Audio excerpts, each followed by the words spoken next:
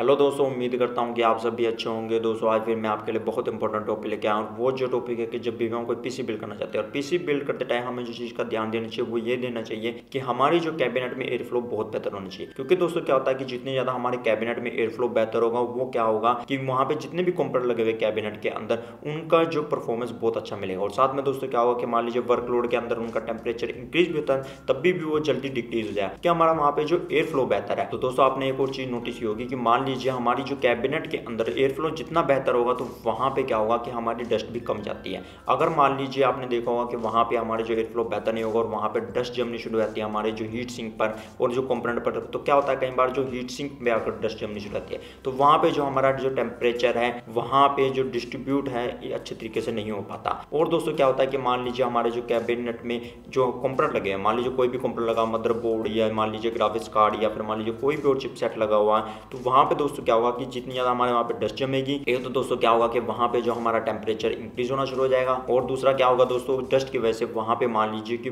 Dust के अंदर moisture आ गई तो हमारे जितने भी चिप हैं वो खराब होने शुरू होते हैं या फिर क्या होता है उन पर रस्टिंग लगनी शुरू हो जाती है। मान लीजिए डस्ट और वहाँ पे जो मॉइस्चर उसमें आ गई डस्ट के अंदर। तो दोस्तों कई बार क्या होता है कि हम जब पीसी बिल्ड कर लेते हैं तो क्या करते हैं, हम कई बार क्या होता है कि हम जो इनपुट सिस्टम के लिए मतलब इनटेक के लिए ज़्यादा फैन लगाते हैं, आउटटेक के लिए कम लगाते हैं, या फिर हम क्या करते हैं इनटेक में कम फैन लगाते हैं, आउटटेक में ज़्यादा फैन लगाते हैं। दोस्तों उसकी वजह से क्या होता है कि हमारे जो कैबिनेट में जो एयर प्रेशर कभी इंक्रीज होता है कभी डिक्रीज होता है। तो दोस्तों आज की इस वीडियो में आपको बताने वाला हूं कि जो हमारा नेगेटिव एयर प्रेशर क्या होता है कैबिनेट के अंदर, या जिसे हम नेगेटिव एयर फ्लो भी बोल सकते हैं। और दोस्तों साथ में मैं आपको बताने वाला हूं कि जो हमारा पॉजिटिव एयर प्रेशर क्या होता है और जिसे हम पॉजिटिव एयर फ्लो भी बोलते हैं। मैं आपको ये बताने वाला हूँ कि ये दोनों चीज क्या होती है और साथ में दोस्तों मैं आपको बताने वाला हूँ कि बैलेंस एयर फ्लो हमारे कैबिनेट के अंदर क्या होता है। तो दोस्तों ये सब चीज जानने के लिए आप वीडियो को लास्ट तक देखते रहिए। तो देर न करते हुए शुरुआत करते हैं।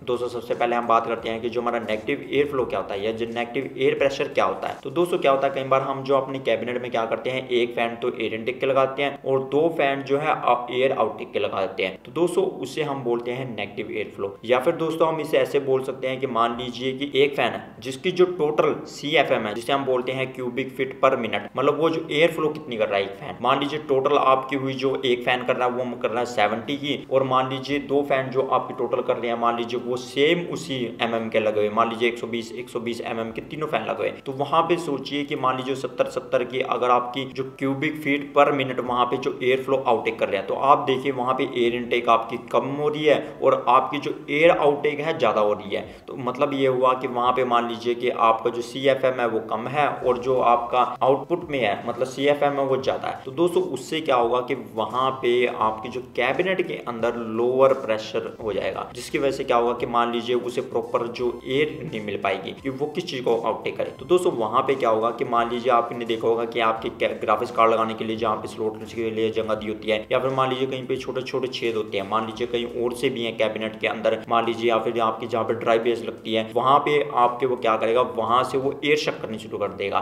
क्योंकि वहां पे दोस्तों उसे एयर तो चाहिए क्योंकि आउटटेक के लिए। तो वो क्या करेगा कि लोअर प्रेशर होने की वजह से वो जो कैबिनेट में बाकी जगह छेद होते हैं जहाँ पे हमारे जो फैन भी नहीं लगे होंगे वो वहां से एयर शक करनी शुरू कर देगा, जिसकी वजह से दोस्तों क्या होगा कि वहां पे हमारी जो डस्ट भी आनी शुरू हो जाती है। आपने देखा होगा कि हमारी जो ड्राई बेस होती है या फिर मान लीजिए कहीं पे भी कोई कुछ चीज होती है, मान लीजिए छोटे छोटे छेद होते हैं या फिर मान लीजिए लोअर हुआ कैबिनेट के अंदर, वहां पे आपने देखा होगा कि वहां पे हमारी डस्ट बहुत ज्यादा जमी होती है। वो इसी करके जमी होती है क्योंकि वो दोस्तों हमारे कैबिनेट के अंदर जो लोअर प्रेशर रहता है जिसकी वजह से क्या होता है हमारे पीसी के अंदर आपको बहुत ज्यादा डस्ट देखने को मिलती है। अगर मान लीजिए दोस्तों आपके जो कैबिनेट के अंदर जो नेगेटिव एयर फ्लो हुआ तो वहां पे आपको बहुत ज्यादा डस्ट देखने को मिलेगी। वो यही कारण है दोस्तों, जैसे कि आप इसमें दे सकते हैं। यहाँ पे देखिए कि ये जो है नेगेटिव एयर प्रेशर में वो ये शो कर रहा है कि मान लीजिए एयर इनटेक हमारा एक फैन कर रहा है और दो एग्जॉस्ट कर रहे हैं। तो वहां पे देखिए जो आपके ये जो दिया हुआ है मतलब ब्लूइश एरिया दिया हुआ है इसे हम बोलते हैं डस्ट लैश एरिया, क्योंकि यहाँ पे जो हमारे एयर इनटेक में मान लीजिए हमारे वहां पे फिल्टर लगा हुआ है वहां पे डस्ट नहीं आ सकती। पर दोस्तों जहाँ पे हमारी ड्राइव बेस है या फिर मान लीजिए ग्राफिक्स कार्ड के लिए आपने देखा होगा बैक साइड में जगह होती है, या फिर मान लीजिए कि हमारे कैबिनेट के बैक साइड में छेद होते हैं, या फिर मान लीजिए कि हमारे जो वहां पे मतलब जो साइड पैनल होता है उसमें भी कई बार छेद होते हैं, तो जिसकी वजह से क्या होता है कि वहां से भी वो एयर शक करनी शुरू कर देता है, जिससे क्या होता है कि आप देखिए यहाँ पे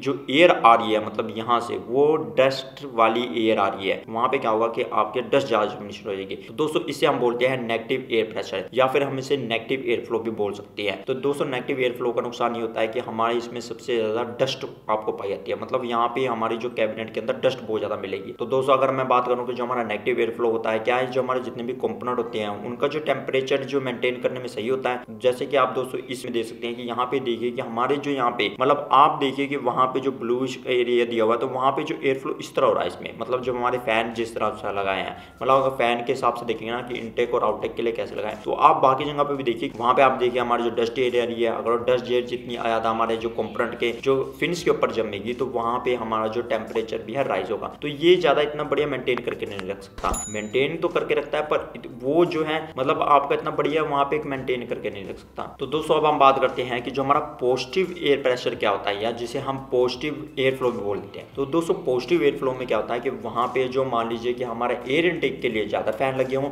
और आउटटेक के लिए वहां पे जो हमारे जो एयर फ्लो के लिए वहां पे कम फैन लगे हो, तो दोस्तों उसे हम बोलते हैं पॉजिटिव एयर फ्लो। और दोस्तों मान लीजिए कि इसे हम ऐसे बोल सकते हैं, मान लीजिए कि हमारे जो दो फैन लगे हुए हैं उनका जो टोटल CFM बनता है, मतलब दो फैन का, एक का 70 है तो दूसरे का भी 70 है, तो वो हुआ 140, मतलब 140 क्यूबिक फीट पर मिनट की जो एयर फेंक रहा है अंदर। और साथ में दोस्तों क्या होगा कि मान लीजिए आउटटेक में मान लीजिए उतने ही mm का फैन लगा हो वहां पे, और वो जो है 70 मतलब क्यूबिक फीट पर मिनट की जो एयर जो आउटटेक कर रहा है। तो आप देखिए इसका मतलब ये हुआ कि वहां पे जो टोटल जो इनपुट एयर फ्लो हो रही है वो ज्यादा हो रही है, और जो टोटल जो आउटपुट जो एयर फ्लो हो रही है वो कम हो रही है। तो इसे हम बोलते हैं पॉजिटिव एयर प्रेशर, यहाँ हम इसे पॉजिटिव एयर फ्लो बोलते हैं। इस करके बोलते हैं दोस्तों क्योंकि क्या होता है कि मान लीजिए जैसे आप इस पिक्चर में देख सकते हैं दोस्तों, वहां पे क्या होगा कि मान लीजिए हम जब हमारी जब एयर इनटेक ज्यादा होगी, और दोस्तों आप देखिए कि यहाँ पे जो फिल्टर भी लगे हुए हैं, और फिल्टर लगे हुए से मतलब ये समझिए कुछ एयर इनटेक मतलब जो फिल्टर के हिसाब से मतलब मान लीजिए 16% 20% यहाँ पे जो एयर इनटेक है जो कम हो रही है क्योंकि फिल्टर की वजह से। और दोस्तों उससे बाद क्या होगा कि मान लीजिए कि हमारी चलो मान लीजिए 140 में से भी